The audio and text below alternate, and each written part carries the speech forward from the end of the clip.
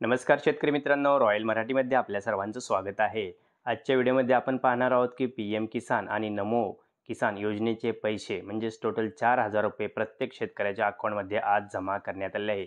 P-M Narendra Modi यांनी वाशिममधून ह्या कार्यक्रमात जवळजवळ राज्यातील आणि देशातील 9 करोड शेतकऱ्यांना 20,000 करोडची राशी प्रदान केलेली आहे. तर आजचा हा कार्यक्रम झाल्याने बऱ्याच शेतकऱ्यांच्या अकाउंटमध्ये आज पैसे जमा झालेत. हे पैसे जमा होण्यासाठी 3 वाजल्यापासून सुरुवात झाली होती. काही शेतकऱ्यांच्या अकाउंटमध्ये रात्री 8 वाजेपर्यंत सुद्धा पैसे जमा झालेले आहेत.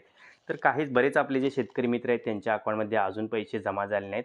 तरी आपण काळजी करायची काही कारण नाही. मी तुम्हाला दाखवणार आहे ऑनलाईन पद्धतीने कसं आपल्याला पाहायचं आहे की आपण त्या लिस्टमध्ये आहात किंवा नाहीत. म्हणजेच या योजनेसाठी आपण एलिजिबल आहात किंवा नाहीत. म्हणजेच बेनिफिशरी लिस्ट काय आहे ती आपण पाहणार आहोत.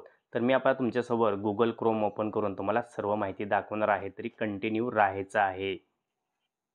शेतकरी मित्रांनो, मी आता तुमच्यासमोर pfms.nic.in ही वेबसाईट ओपन केलेली आहे आणि वेबसाईटच्या माध्यमातून आपल्याला दिसत आहे की इथं जी public financial management system PFMS या वेबसाईटच्या माध्यमातून सर्वांना पैशाचं ट्रान्सफर केले जात असते.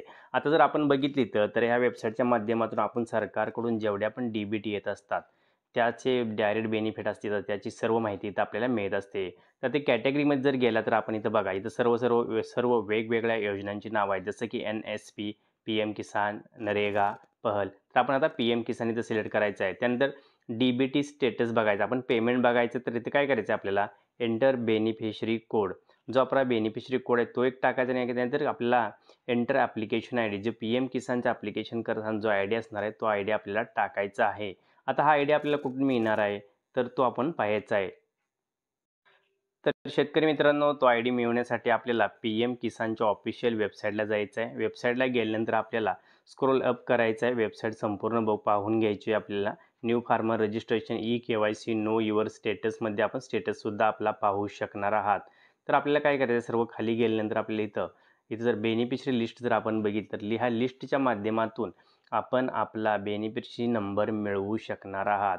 एकंदरीत आपण ह्या बेनिफिशरी लिस्टवर क्लिक केल्यानंतर सुद्धा आपल्याला आपल्या ह्या लिस्टमध्ये नाव आहे किंवा नाही ते सुद्धा आपण पाहू शकणार आहात. याची आपण नोंद घ्यायची. त्यासाठी आपल्याला कुठं सुद्धा जायचं नाही. आपण आपल्या घरात बसून ही सर्व माहिती अगदी मोबाईलवरून करू शकणार आहात. जसं की मी ऑलरेडीच्या पहिल्यासुद्धा व्हिडिओमध्ये सांगितले, तर स्टेट, डिस्ट्रिक्ट, सब डिस्ट्रिक्ट, ब्लॉक, विलेज टाकल्यानंतर आपल्याला बेनिफिशरी लिस्ट सर्व येते आणि त्यानुसार आपल्याला बेनिफिशरी जो नंबर आहे तो टाकल्यानंतर आपल्याला DBT आतापर्यंत किती आल्याची सविस्तर अशी माहिती आपल्याला मिळून जाते.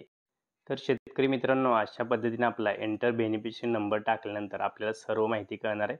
त्यानंतर इथं आपल्याला व्हेरिफिकेशन कोड टाकायचा आहे आणि तो टाकल्यानंतर आपल्याला इथं सर्च केल्यानंतर सर्व माहिती इथं खाली भेटून जाणार आहे. याची आपण नोंद घ्यायची आहे. हे करत असताना आपल्याला कोणते प्रॉब्लेम आले, काही कन्सर्न असतील, काही समस्या असतील तर जरूर आम्हाला कळवा. आता इथं आपल्याला एक मेसेज येतो, this facility is not available from 10 AM to 5 PM. तर आज ही फॅसिलिटी अवेलेबल नव्हती, परंतु तुम्ही दरवेळेस नेहमीच्या रेग्युलर टाईममध्ये ही फॅसिलिटीचा आनंद घेऊ शकणार आहे किंवा या फॅसिलिटीच्या माध्यमातून आपण आतापर्यंत आपल्याला DBTच्या माध्यमातून किती हप्ते जमा झाले आहेत त्याचीसुद्धा संपूर्ण माहिती घेऊ शकणार आहात. या पोर्टलच्या माध्यमातून सरकारतर्फे जी पण DBT येत असते, डायरेक्ट बेनिफिट ट्रान्सफर येत असतो किंवा कोणत्याही स्कीमचे पैसे आहेत त्याची सविस्तर माहिती इथं आपल्याला भेटत असते अगदी घरबसल्या. तर मित्रांनो, आज आपण पाहिले की PM किसान आणि नमो योजनेचे दोन्ही हप्ते म्हणजेच टोटल 4,000 रुपये आज बऱ्याच शेतकऱ्यांच्या अकाउंटमध्ये जमा झालेत.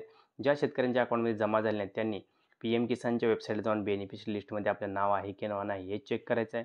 किंवा मी जसं सांगितलं ह्या वेबसाईटला तुम्ही येऊ शकता, pfms.nic.in ला येऊ शकता आणि इथून सुद्धा आपलं DBT स्टेटस काय आहे, आतापर्यंत PM किसानचे किती हप्ते जमा झाले याची सविस्तर अशी माहिती घेऊ शकता. तर मंडळी, व्हिडिओ शेवटपर्यंत पाहिल्याबद्दल आपल्या सर्वांचे हार्दिक आभार. चॅनलला सबस्क्राईब करा, व्हिडिओ लाईक करा, कारण असेच नवीन नवीन व्हिडिओ आम्ही घेऊन येत असतो. काही कन्सर्न किंवा समस्या असल्यास जरूर आम्हाला कमेंट करून कळवा. जय हिंद, जय महाराष्ट्र.